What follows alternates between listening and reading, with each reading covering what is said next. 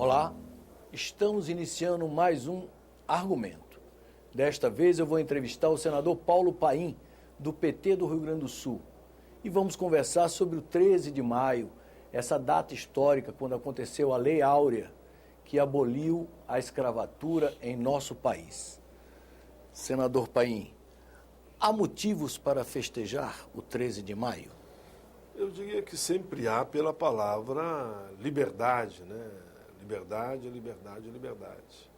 Porque o 13 de maio teve essa simbologia, embora a maioria dos fazendeiros da época, as que mais dominavam os escravos, já estavam numa visão que queriam trazer os chamados imigrantes, principalmente da Europa, porque entendiam eles que naquele momento os negros estavam saindo muito caro para eles já.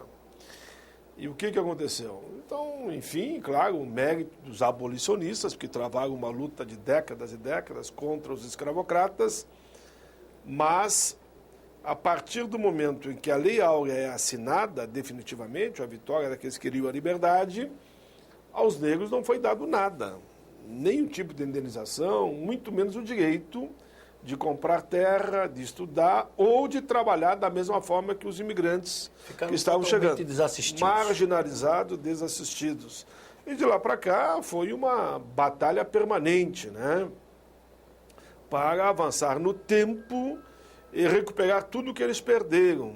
Esses dias eu fazia um discurso aqui na tribuna do Senado e eu fiz o seguinte desafio e faço hoje aqui uma provocação, digamos, positiva, porque eu quero ouvir que eu estou errado.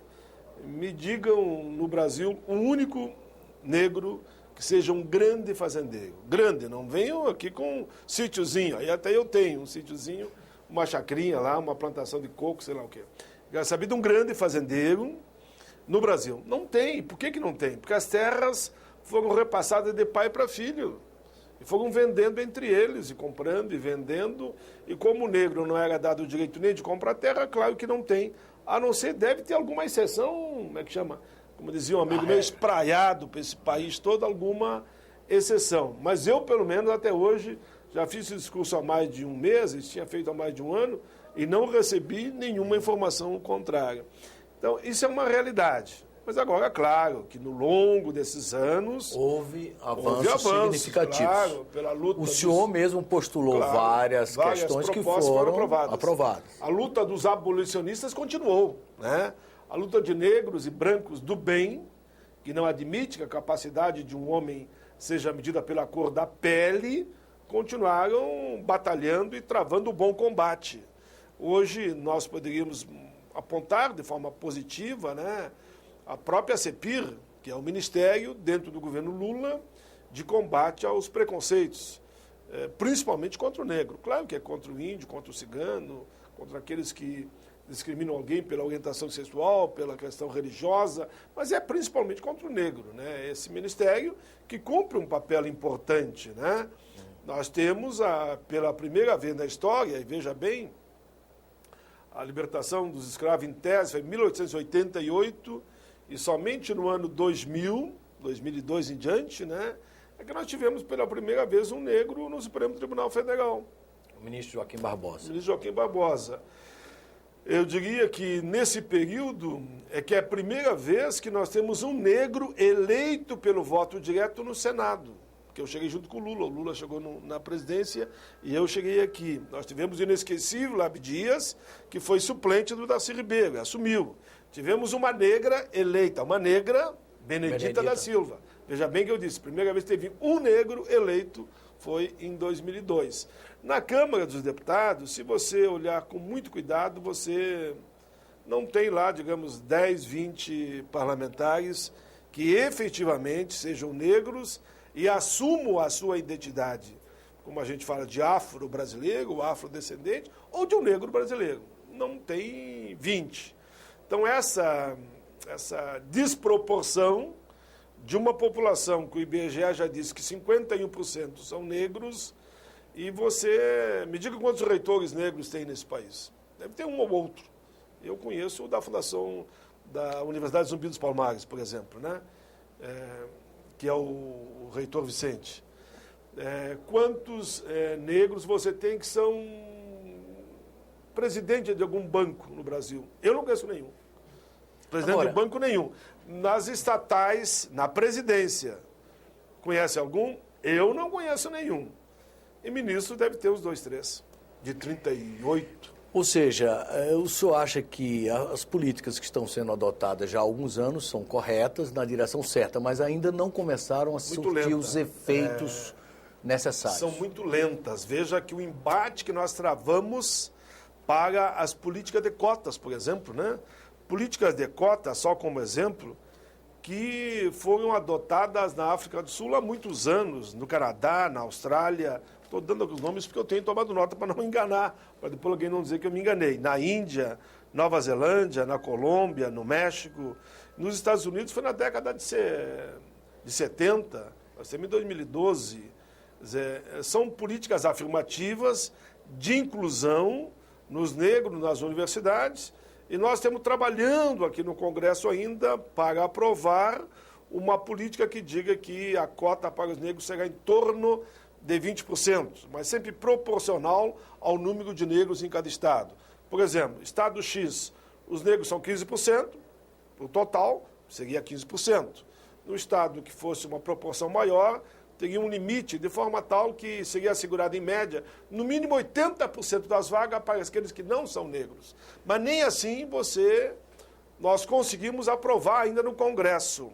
Embora o Supremo já decidiu, e cerca de 1.500 instituições no seu total já estão adotado a política de cotas com um grande sucesso. Agora, senador a sociedade Paim, está na frente da lei. Um dos aspectos dessa luta de integração do negro na sociedade brasileira, com reconhecimento histórico e tal, que está meio atravancado, é o reconhecimento dos direitos dos quilombolas. Como é que o senhor se posiciona diante desse nó, dessa questão que continua aí de fato, na pauta? É um nó. Nós temos cerca de 5.000 comunidades quilombolas no Brasil. Reconhecidas, não chega a 200 dessas 5.000, 100 e poucas que foram reconhecidas e foi assegurado a titularidade, ou seja, o título da terra.